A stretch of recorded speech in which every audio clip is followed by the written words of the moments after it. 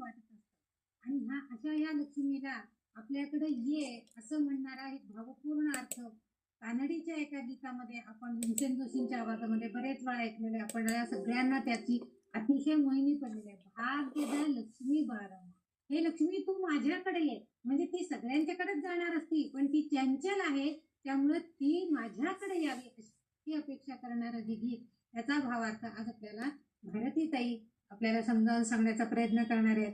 ज्यांना कुणाला आमच्यासारख्यांना कानडी येत नाहीये त्यांच्यासाठी ही एक अतिशय चांगली गोष्ट आहे आणि आम्हाला ते कळून जाईल की त्या गाण्यामध्ये काय भावार्थ लपलेला आहे. त्यासाठी आता आपण भारतीताईंच्या तोंडातून ऐकूया की भाग्यदा लक्ष्मी बारंबा, भाग्य लक्ष्मी तू माझ्याकडून ये. हे भाग्यदा लक्ष्मी बारम्मा एक गाणं पुरंदरदासांनी लिहिलेलं आहे. ते त्यांनी 4,75,000 एवढे त्यांचे गाणे आहेत. ऍक्च्युली त्यांना पुरंदरदासांचं उपनिषद म्हणूनच त्यांच्या गाण्याला हे आहे. पण त्यांचं शंकराचार्यासारखंच गाणं सरळ, पण अर्थ इतके वेगवेगळे आहेत त्यांचे अर्थ की आपल्याला जसं त्याच्यात अर्थ काढत जातो तसं तसं त्यांचे आहे. तर त्यामुळे त्यांना त्यांचं पहिल्यांदा अगोदर पुरंदरदासांचं चरित्र सांगते मी. तर पुरंदरदास हे पुरंदरगड इथे जन्मले. त्यांच्या वडिलांचं नाव वर्धप्पत नायक. त्यांना खूप व्यंकटेश देवाला प्रार्थना करून हे करून तप वगैरे करून त्यांच्याकडनं तर मुलगा झाला.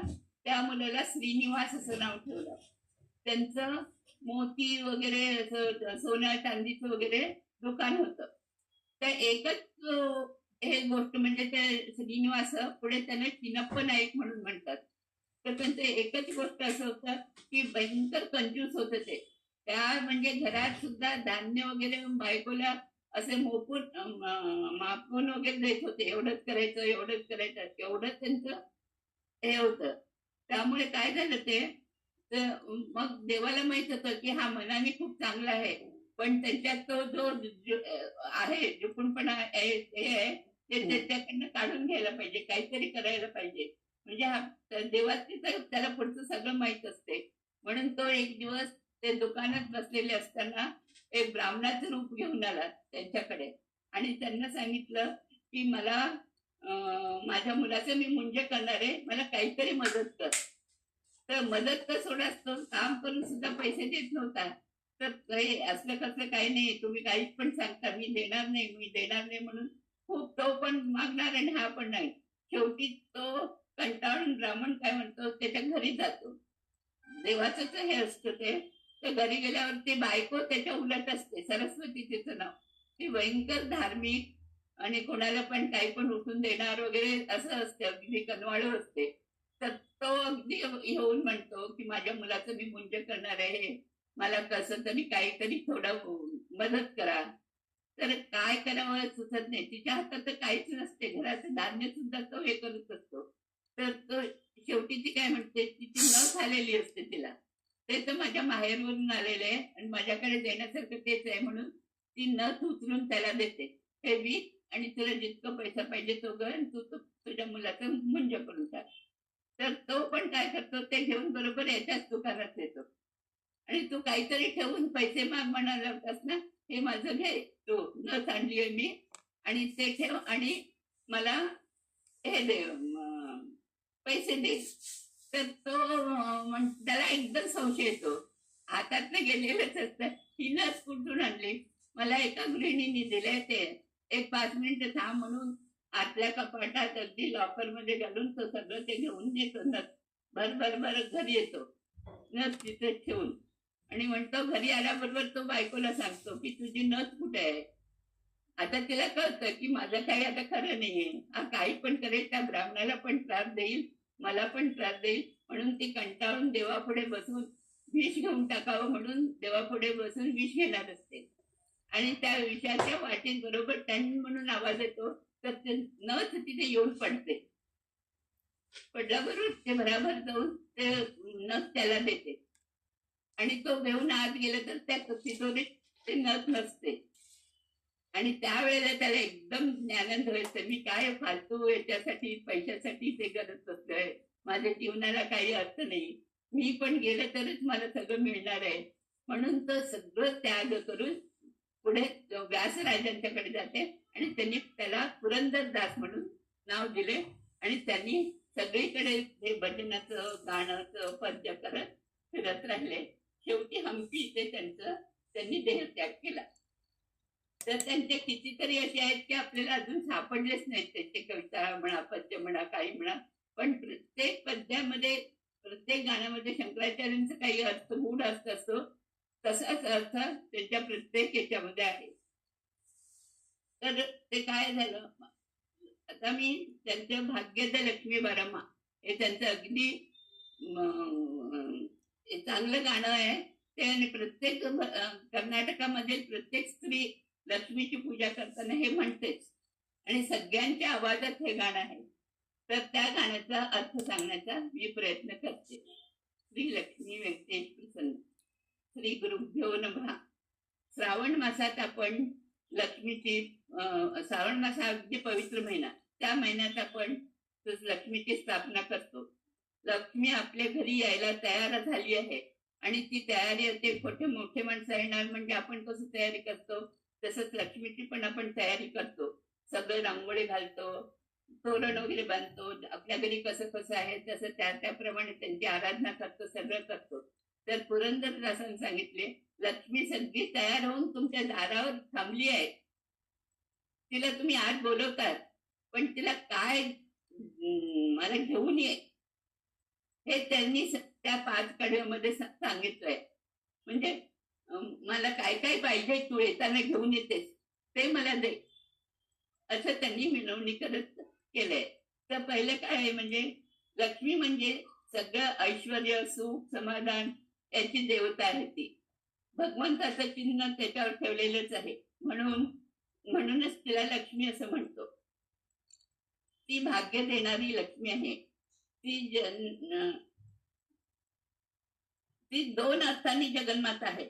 एक म्हणजे सौभाग्य, सौभाग्य द म्हणजे लक्ष्मी, आणि दुसरं द म्हणजे काटणे, त्याचा कापून टाकणे, द म्हणजे.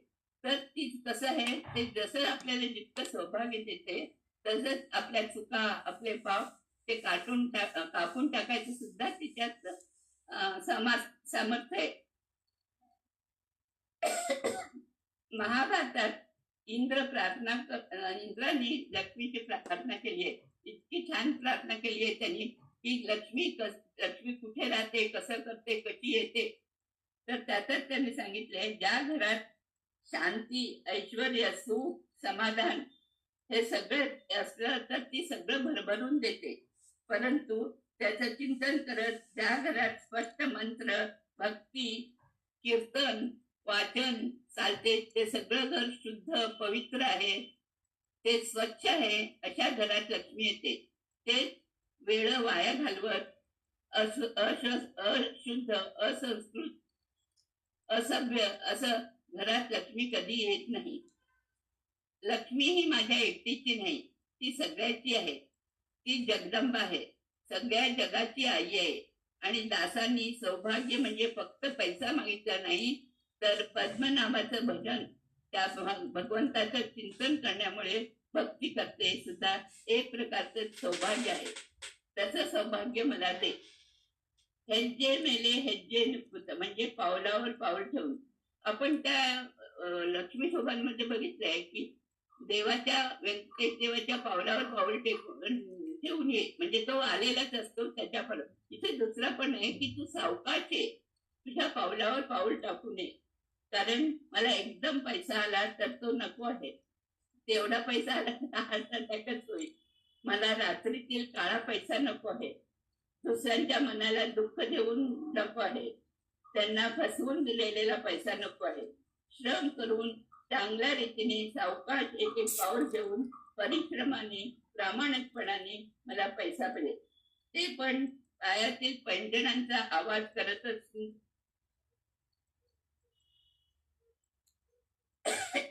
सगळा आवाज करून. एक मिनिट. काहीही करत असताना सावकाश म्हणजे मंगळकर वाद्य वाजवतो. तरी सुद्धा आरती करताना सुद्धा मंगळकर तसं तू आमची वाजवण्यापेक्षा तुझा जे काल म्हणजे तुझ्या पैंजणांचा तू आवाज करत ये. म्हणजे चांगल्या रीतीने चांगलं असेल तसं मंगळकर संदर्भातच पैसा येतो.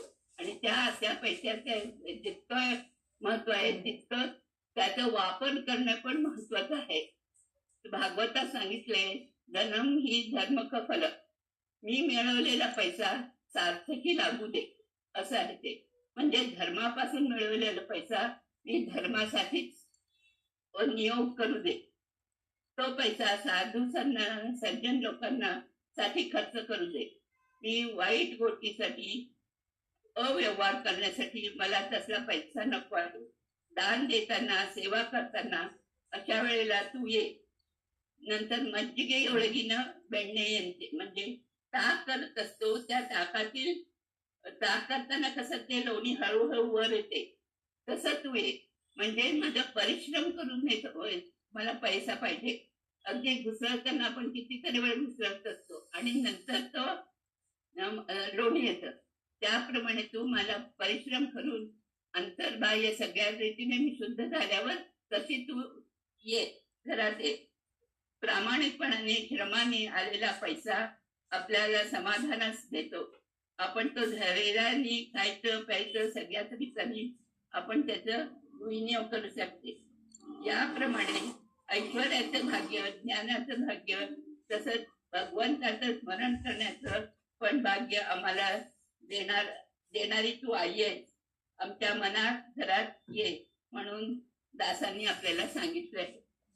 आता दुसरं हे कनकवृष्टी करेयुक्त बारे, म्हणजे सोन्याचा पाऊस पडते. तर त्याचं काय आहे? सोन्याचा पाऊस बघितलं तर पूर्वीचे लोक, ज्ञानी लोक बघा, तांब्याचं पण सोनं करायचे आणि दुष्काळ पडला तर सुभिक्ष द्यायचे, सगळं करायचे. एवढं होऊनही ते आपलं खडतर जीवन संपवत नव्हते किंवा ज्ञान मार्ग भक्ती मार्ग सोडत नव्हते. तसंच म्हणजे त्यांनी सांगितलंय की सोन्याची वृत्ती करते म्हणजे मला ते तू एवढं सोनं दिलंस तर ते रक्षण करायची माझी ताकद नाहीये आणि ते वापरायची पण माझी ताकद नाहीये. आणि जाऊ दे मी दान करतो म्हटलं तर तेवढं मोठं मन माझं नाहीये. म्हणून हे सुवर्णवृष्टी म्हणजेच काय तर एखादं जोराचं पाऊस सर येते तसं मला देवाच्या भक्ताला मंत्र स्तोत्रात भरभरून वर्णन करण्याची योग्यता दे. सराप्रमाणे बरा बरा बरा मी सगळं मंत्र म्हणायला पाहिजे, अलंकार करायला पाहिजे, भक्ती करायला पाहिजे, तसं दे. महाभारतात पुढचं कसं आहे, सिद्धी तोरे म्हणजे मला सिद्धी करायचं मार्ग दाखव. तर सिद्धी तोरे म्हणजे महाभारतात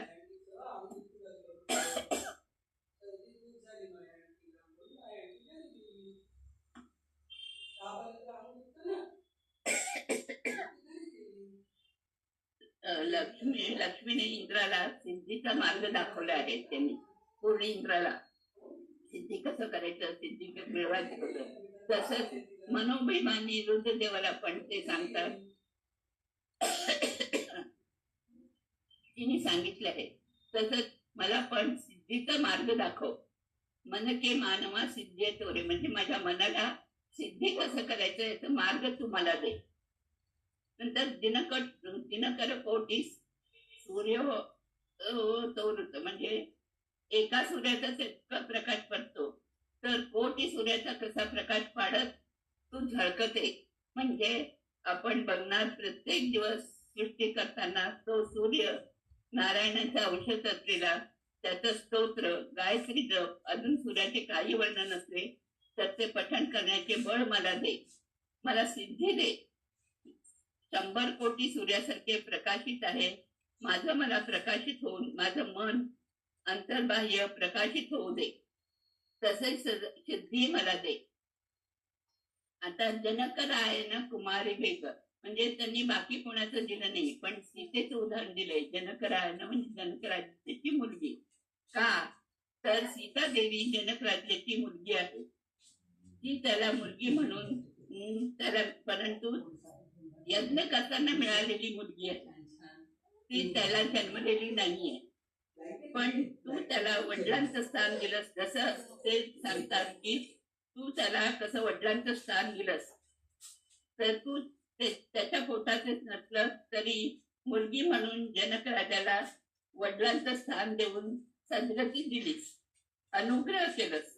तसंच माझ्या जीवनात तू आई, बहीण, भाऊ कशाच्याही रूपीने येऊन कधीतरी एक सखी असं येऊन माझ्या जीवनात ये तू आणि लवकर ये आणि मला पण सद्गती दे.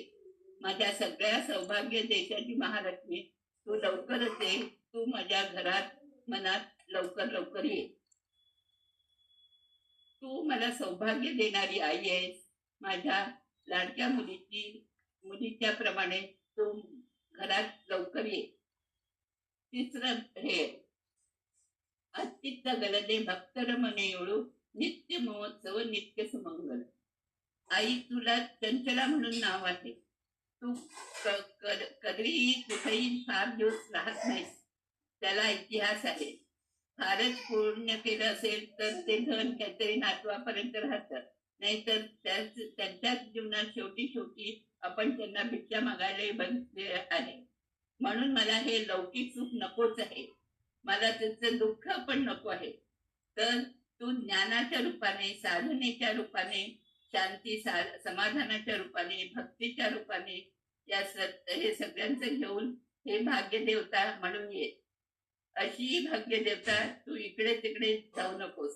म्हणजे असली भाग्य अत्युत्त गरज म्हणजे त्यांनी सांगितले इकडे तिकडे जाऊ नकोस. आपण सरळ अर्थ काय करतो की अत्युत्त गरज म्हणजे तू इकडे तिकडे न जाता तो आमच्याच घरी राहाय. तसं नाहीये. त्यांनी काय सांगितलंय की अत्युत्त गरज म्हणजे माझं चित्त, माझं मन इकडे तिकडे जाऊ देऊ नकोस. एकाग्रतेने राहू दे. शांत करणार देऊ की नको की भावने सुद्धा माझ्यात येऊ देऊ नकोस. माझं मन चंचल होऊ देऊ नकोस. माझ्या घरात माझ्या मनात तू घट्ट उभी राहा. आणि तू कुठेही गेलीस तरी भक्तांच्याच घरात जाणार. त्यामुळे मला काही त्याची चिंता नाही. ती कुठेही असली तरी नित्य महोत्सव, नित्य उत्सव, नित्य महोत्सव म्हणजे उत्सव आणि तू कुठे आहेस तिथे उत्सव आणि महोत्सव करण्याची ताकद दे मला. म्हणजे काय तर आता आपण कुठे सप्ताह म्हणतो किंवा घरातच करतो, ते सगळे मंगळ करवायचे तेच उत्सव. आणि शेवटी मंगळ करतो. संध्याकाळी परवा सांगितले भागवत वगैरे शेवटच्या दिवशी किती रममाण होतो आपण. आपल्याला काही खरंच आपण गृहिणी आहोत हे सुद्धा विसरून जातो. इतकं त्या 4-5 तासात भरवून जातो कुठेही गेलं तरी. तर तसं नित्य मला करायची ताकद दे माझ्यात. उत्सव आणि महोत्सव दोन्ही करण्याची ताकद दे. तर तसं नकोय मला. आणि मला कधीतरी मी एकदा करते किंवा शुक्रवारचे वेळे करते, पूजा करते, असं नकोय मला. ते पूर्ण मला त्यावेळेला महोत्सवच्या दररोजच तू ये आणि मला दररोज उत्सव महोत्सव करण्याची ताकद दे. तसंच मंगळ करवायला परमात्म्याच्या मिळवायला ज्ञान पाहिजे. एक एक जण एक एक सांगतात. उपनिषद उपनिषद वगैरे सगळे आहेत. पण मला अजून माहित नाही की मला कोणी समजून सांगणार नाही. त्याचबरोबर माझ्या डोक्यात लक्ष्मी म्हणजे फक्त पैसा एवढं समजले होते. स्वतः लक्ष्मीच्या दृष्टीने पण पैसा ऐशाराम हेच असले घर आहे असं लग्न अशा घरातच ती असते असं वाटत होतं. तेच लक्ष्मीला तयार आहे. कडे शांती समाधान सुख आहेत. पण लक्ष्मी शांती समाधान सुख आहेत. न्याय धर्म आहे. जिथे सात्विकांची मनोभावना आहे तिथेच लक्ष्मी आहे. म्हणूनच साधू सज्जन लोकांच्या मनात, सदाचारी लोकांच्या मनात, चांगल्या स्वभावाच्या लोकांच्या मनात ही लक्ष्मी असते. जेव्हा ज्ञान चांगल्या लोकांच्या मनात लक्ष्मी तू असलेल्या लक्ष्मी तू माझ्या घरी ये म्हणून ते दास सांगत आहे सगळ्यांना.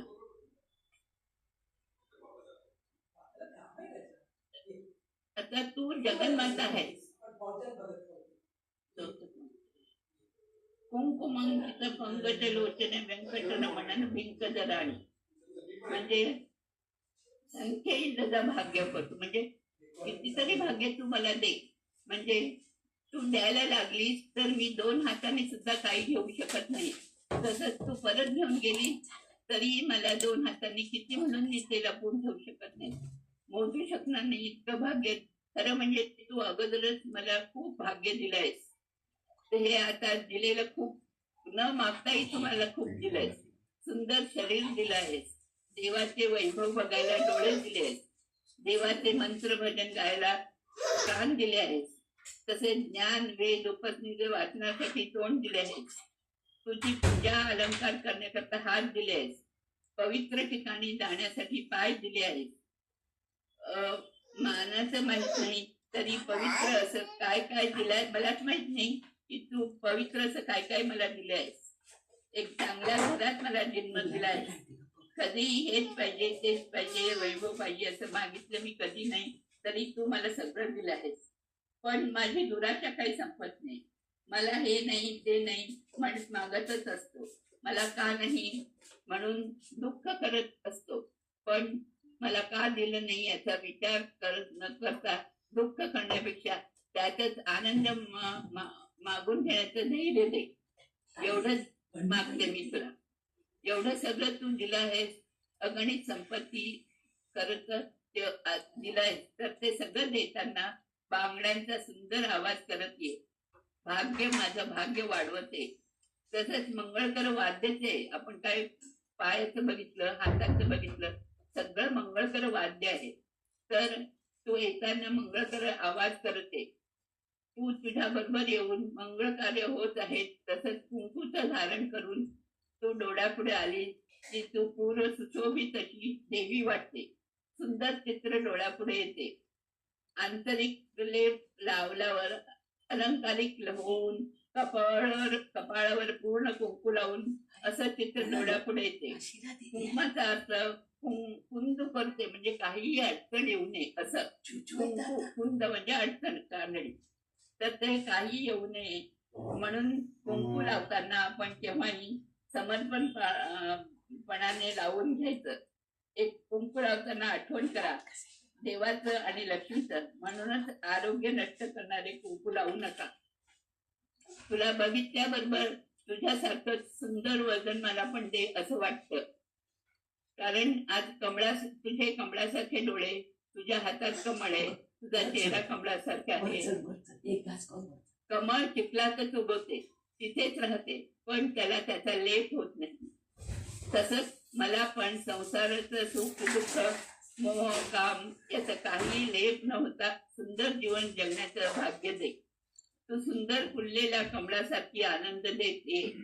तू एकटीच येऊ नकोस तर दंपती येऊन ये. तू ऐश्वर्य दे.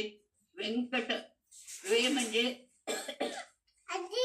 पाप, कट म्हणजे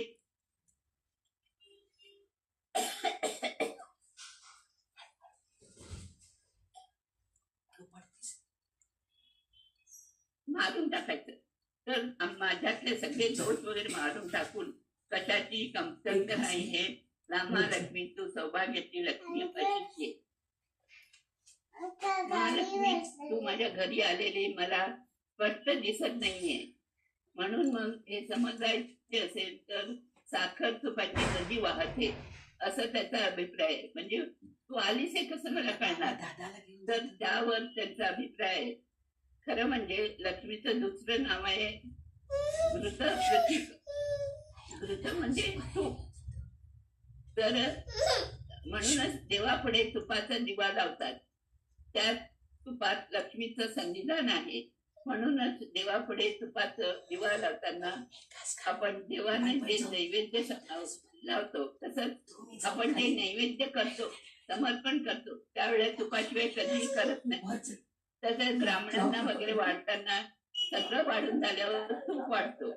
कारण त्या तुपामुळेच आरोग्य पांडुरंगाला भयंकर प्रिय आहे. त्या तुपामुळेच आरोग्य, त्याचमुळे शुद्धी. म्हणूनच भगवंताला पण आवडतं. तो प्रसन्न होतो, खुश होतो. म्हणूनच घरात तुपाचे दिवे दिवाचं नैवेद्य ब्राह्मणांचे जेवण जास्तीत जास्त करत राहायचं मला ताकद दे. त्यामुळे आपोआप तू घरात येतेस. एक दिवा लावला तर आपल्या मागे पुढे सगळे पाप धुवून निघतात. देवाच्या समोर, ज्ञानी लोकांच्या समोर, भागवत भक्तांच्या समोर प्रवचन करताना भक्ती करण्याच्या ठिकाणी मला तुपाचा दिवा लावला तर उत्तम संतती किंवा आता झालेले असतील तर त्यांना उत्तम संस्कार होतील. आपल्या 3 अज्ञान संपून ज्ञानाचा प्रकाश पडेल. तुपाचा एक दिवा लावला तर भगवंताच्या 13 रूपांचे चिंतन करण्याचे पुण्य लाभते. म्हणूनच तुपाचं नदीत म्हणजे खूप तुपाचं साखर हे वैभवाचे संकेत आहे. म्हणूनच माझ्या घरात ऐश्वर्य आहे, सात्विक ऐश्वर्य दे. साखर मुलांना आवडते म्हणजे घरातील मुलं हसून बागडत राहू दे. मुलांना चॉकलेट बिस्किट असं काही देण्यापेक्षा सात्विक शुद्ध लक्ष्मीचं संविधान असलेलं जेवण द्या.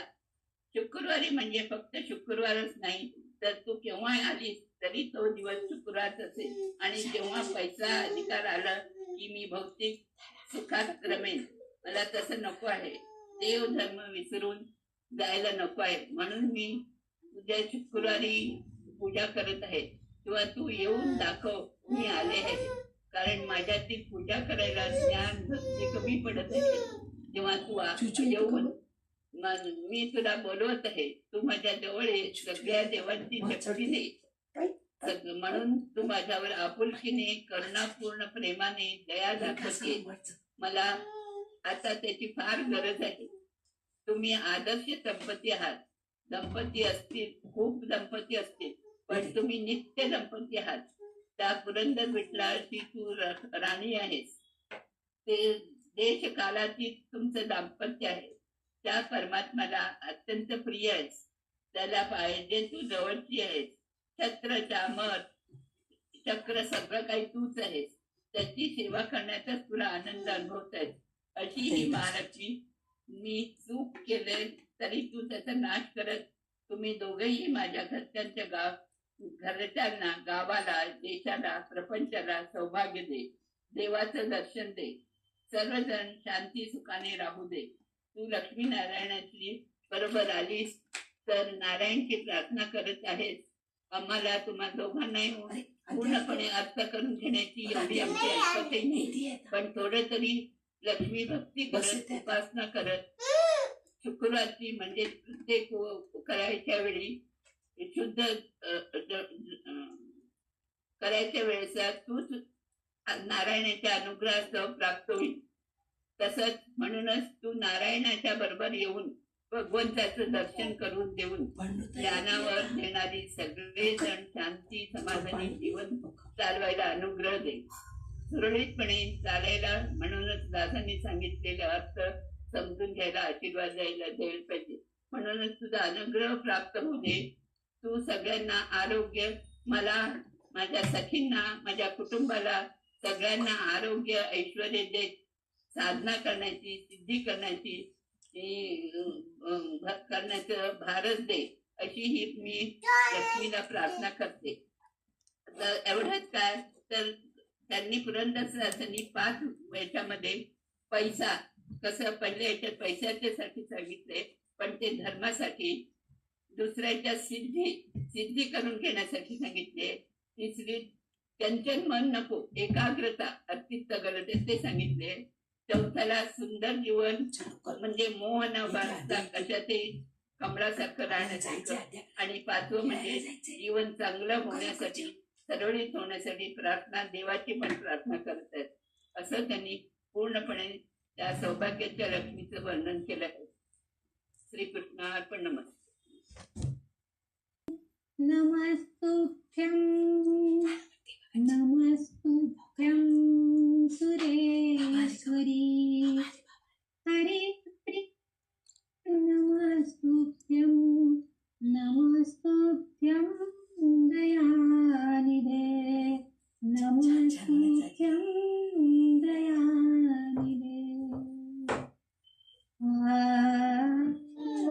हे भाग्यदा लक्ष्मी स्वागतम स्वागतम भाग्यदा लक्ष्मी स्वागतम सुस्वागतम भाग्यदा लक्ष्मी स्वागतम सुस्वागतम भाग्यदा लक्ष्मी स्वागतम स्वागतम भाग्यदा लक्ष्मी स्वागतम सुस्वागतम भाग्यदा लक्ष्मी स्वागतम सौभाग्यदा लक्ष्मी स्वागतम सौभाग्यदा लक्ष्मी स्वागतम नादवीत तव मंजुळंकुरे पदनाट्यानि पुरस्सरे नादवीत तव मंजुळंकुरे पदलालित्यानि पुरस्सरे सज्जन साधु पूजे समये सज्जन साधु पूजे समये सज्जन साधु पूजे समये प्रगटिषि जैसे नवनीत तत्री सौभाग्यदा लक्ष्मी स्वागतम भाग्यदा लक्ष्मी स्वागतम कनकवृष्टी तू करीत यावे मनोकामना सफल करावे कनकवृष्टी तू करीत यावे मनोकामना सफल करावे तेज तुझे जणू सवित्र कोटी तेज तुझे जणू सवित्र कोटी जनकपुत्री तू यावे सत्वरी जनकपुत्री तू यावे सत्वरी भाग्यदा लक्ष्मी स्वागतम सुस्वागतम भाग्यदा लक्ष्मी स्वागतम शाश्वत भक्ता गृही वसावे नित्य सुमंगल नित्य उत्सवे शाश्वत भक्ता गृही वसावे नित्य सुमंगल नित्य उत्सवे उपासकाच्या चित्ती वसशी उपासकाच्या चित्ती वसशी उपासकाच्या चित्ती वसशी तू हे तेजल सुवर्ण मूर्ते भाग्यदा लक्ष्मी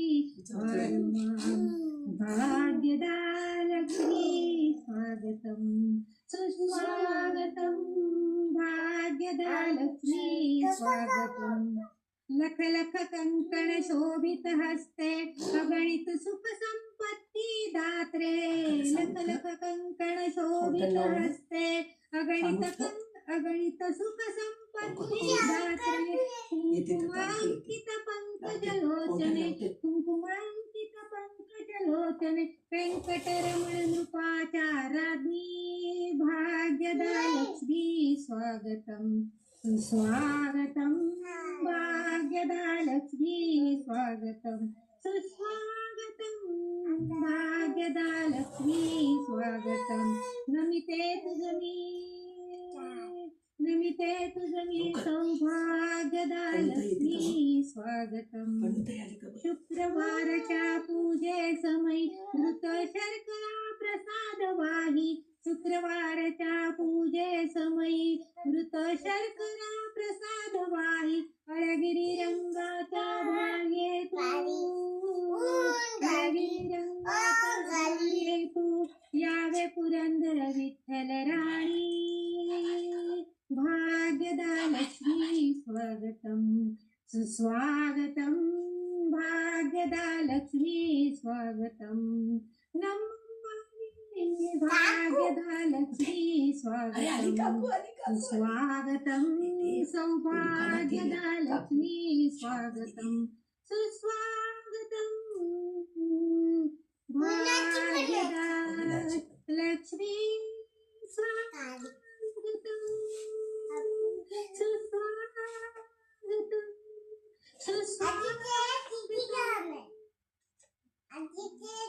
आशाताई तुम्ही पण म्हणा कंटिन्यू करते भाग्यदा लक्ष्मी बारम्मा नಮ್ಮಮ್ಮ ನೀ ಸೌಭಾಗ್ಯದ ಲಕ್ಷ್ಮೀ ಬಾರಮ್ಮ ಹೆಜ್ಜೆಯ ಮೇಲೊಂದ್ ಹೆಜ್ಜೆಯ ನಿಕ್ಕುತ್ತ ಗೆಜೆಯ ನಾದವತೋ ಗೆಜೆಯ ಕಾಲಿನ ನಾದವ ತೋರುತ್ತ ಸಜನ ಸಾಧು ಪೂಜೆಯ ವೇಳೆಗೆ ಮಜ್ಜಿಗೆಯೊಳಗಿನ ಬೆಣ್ಣೆಯಂತೆ ಭಾಗ್ಯದ ಲಕ್ಷ್ಮೀ ಬಾರಮ್ಮ ನಮ್ಮಮ್ಮ ನೀಸೌ ಭಾಗ್ಯದ ಲಕ್ಷ್ಮೀ ಬಾರಮ್ಮ ಕನಕ ವೃಷ್ಟಿಯ ಕರೆಯುತ್ತ ಬಾರೆ ಮನಕಾಮನೆಯ ಸಿದ್ಧಿಯ ತೋರೆ ಕನಕ ವೃಷ್ಟಿಯ ಕರೆಯುತ್ತ ಬಾರೆ ಮನಕಾಮನೆಯ ಸಿದ್ಧಿಯ ತೋರೆ ದಿನಕರ ಕೋಟಿ ತೇಜದಿ ಹೊಳೆಯುವ ಜನಕರಾಯನ ಕುಮಾರಿ ಬೇಗ ಭಾಗ್ಯದ ಲಕ್ಷ್ಮೀ ಬಾರಮ್ಮ ನಮ್ಮಮ್ಮ ನೀಸೌ ಭಾಗ್ಯದ ಲಕ್ಷ್ಮೀ ಬಾರಮ್ಮ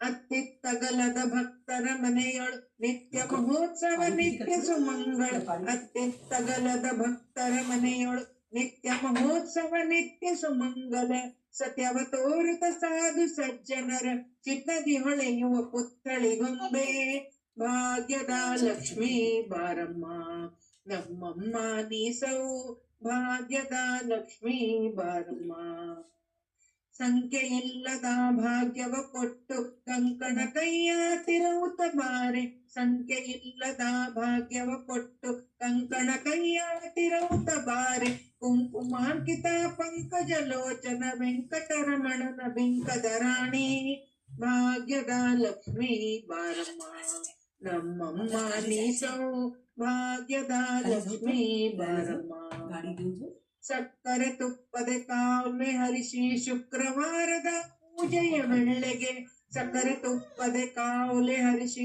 ಶುಕ್ರವಾರದ ಪೂಜೆಯ ವೇಳೆಗೆ ಅಕರೆ ಉಳ್ಳ ಗಿರಿರಂಗನ್ ಚೊಕ್ಕ ಪುರಂದರ ವಿಠಲದ ರಾಣಿ ಭಾಗ್ಯದ ಲಕ್ಷ್ಮೀ ಬಾರಮ್ಮ ನಮ್ಮಮ್ಮ ನೀಸೌ ಭಾಗ್ಯದ ಲಕ್ಷ್ಮೀ ಬಾರಮ್ಮ ನಮ್ಮಮ್ಮ ನೀಸೌ ಭಾಗ್ಯದ ಲಕ್ಷ್ಮೀ ಬಾರಮ್ಮ ಹರೇ ಶ್ರೀನಿವಾಸ